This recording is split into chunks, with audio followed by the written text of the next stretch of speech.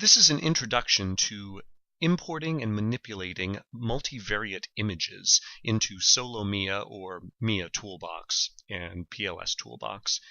What you see in front of you, of course, is the PLS workspace browser, and this would be the same window you would see if you were starting up Solo+MIA. It's the initial window.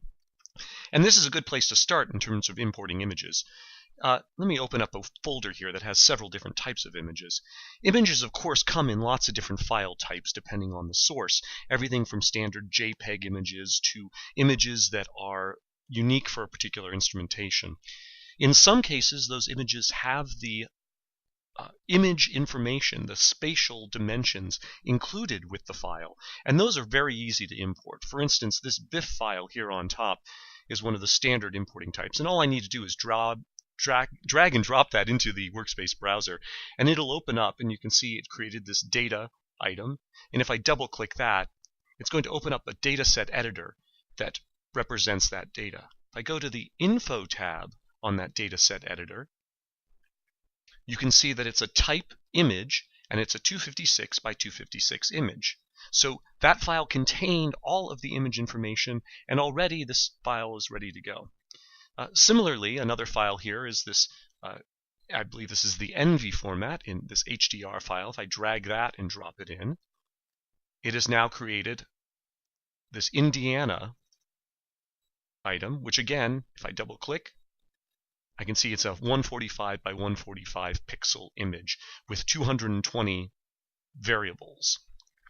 Now, once you've read those in, we can do things like, for instance, plotting them. If you click on the plot button here in the dataset editor, it'll bring up both the plot controls and a figure that shows you the current plot. Now, by default, this comes up in data summary mode if you click on plot in the plot controls. And in data summary mode, you can view averages or general summaries of the data. It starts off with the x-axis being variables and the y-axis being the mean. So in this case, you're viewing the mean of all of the pixels. If I switch to samples on the x-axis, because this is an image, now I'm viewing the mean image. If I switch to data, it does a compression and summary of all of the data. Right off the bat, you'll notice one thing, which is that the scaling on this color map is trying to capture as much information as possible. Sometimes that isn't the best view of it, and across the top of the plot control figure, the second toolbar contains a lot of options to work with regular data as well as image data.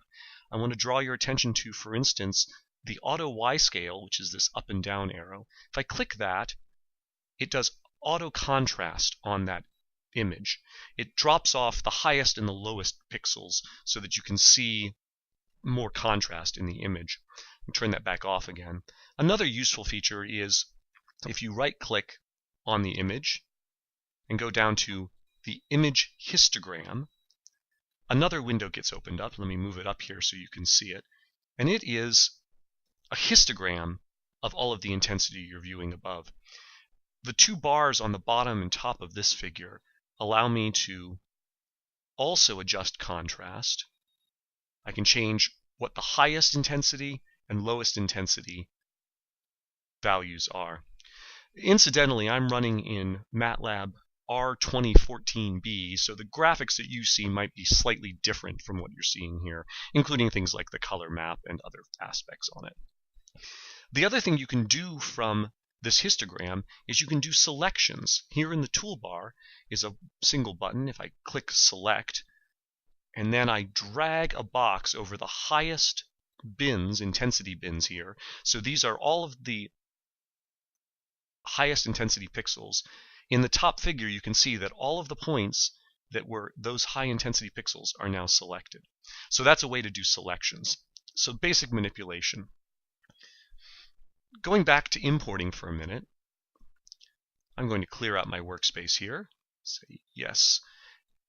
Sometimes, however, when you import images, there is not spatial information included. And here's an example of that same file stored as an SPC file type.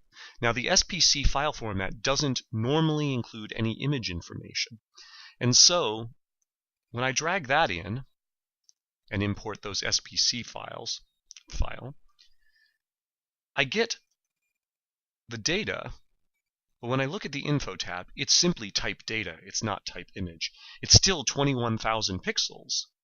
Now in this case, what you need to do is, once you've opened up the dataset editor, simply go to Transform and choose Convert to From Image. Now, what it's going to do is it's going to take this data and convert it into the image format. And it says this data is unfolded. Is it an unfolded multivariate image or a single slab univariate image?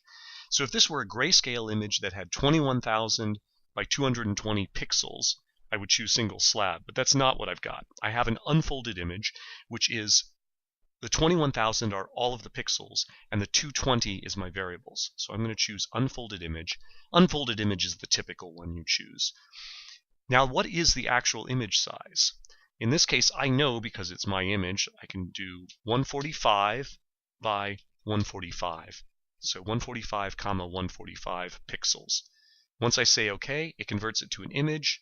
And now, when I do a plot, and I switch to samples, it's exactly the way it's supposed to be. Now, once I go to close this, it's going to say, I haven't saved those changes yet. I'm going to go ahead and say Save and Close. And it brings up a dialog, which allows me to either save it in the base workspace, which is the usual default, and the default will be to overwrite the one I had. That's fine. Please overwrite it. So now I've got my image data here. Well, once we get image data in, there's a number of things we can do. I've already showed you how you can plot at least summaries of the data. We'll talk more about that in a moment. But you can also potentially manipulate this data in very simple ways. Under the image processing item in the analysis tools, there's the image manager. If I simply drag that data down to the image manager, it opens up the image manager window. And it loads in my image. Here is that image that we just imported.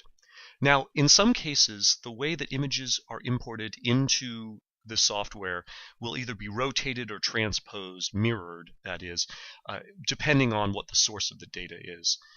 This interface allows you to do a number of manipulations, including correct for those sorts of things. For instance, the rotate clockwise or counterclockwise buttons. There is a free rotate tool, an image alignment tool, plus a transpose. And these ones are particularly helpful if, for instance, you need to swap the directions or potentially rotate the image around. The other thing that is particularly useful for basic image manipulation in this window is the crop image tool. If you know that there's a portion of your image that you're not interested in analyzing, you can greatly improve performance by using a crop. Click on the crop tool, drag a box to include a particular region, and everything outside of that region is excluded. And that's a hard exclusion. The data is thrown away. And the advantage there now is the image could potentially be much smaller. Now when I say File, Save Current Image, it offers to save it again back to the base workspace. In this case, I'm going to give it a name, Cropped Image, and say Save. Now, if I click on the lambda, it'll bring back my base workspace browser. And I can see my cropped image is saved back here. And close up that window. At this point, I can do a number of different things to work with the data. I could, for instance, if I wanted to do a multivariate analysis on it, I could take the data and just drag it to one of the tools, one of the decomposition tools, for instance, PCA, multivariate curve resolution, or I could do a clustering on it or some other analysis. If I do that, for instance, I'm going to drag it to the PCA shortcut, it'll open up the analysis window, and it preloads the data here into our X block. This is where the data that we're going to analyze, build a model from, goes. And then when I hover over the X here, you can see the window that appears below. It says calibration X block, and that it's a size 145 by 145 by 220. So this is our image data. Again, I can, for instance, click on that and say plot data. And I get the exact same plot that we saw before. One important note about importing and working with data at this point. I have 2 copies of my image currently loaded. One here in my base workspace, and then a second one here. The reason for that is that now I can make changes to this copy of the data and not affect my original. However, on some computers with smaller amounts of memory, this is not desirable. You may want to delete everything in this base workspace, so that clears up that memory, and only have the data here.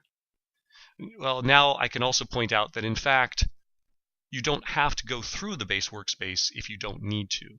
I could have also just as easily grabbed the file and dragged it straight into here and told it to load it as calibration X. I will say overwrite. And I could have loaded the data here and skipped the workspace entirely. So that's a basic introduction to importing data, image data, into MIA Toolbox and Solo+MIA. Additional videos are available to demonstrate basic manipulations of images and hyperspectral multivariate analysis. Thank you.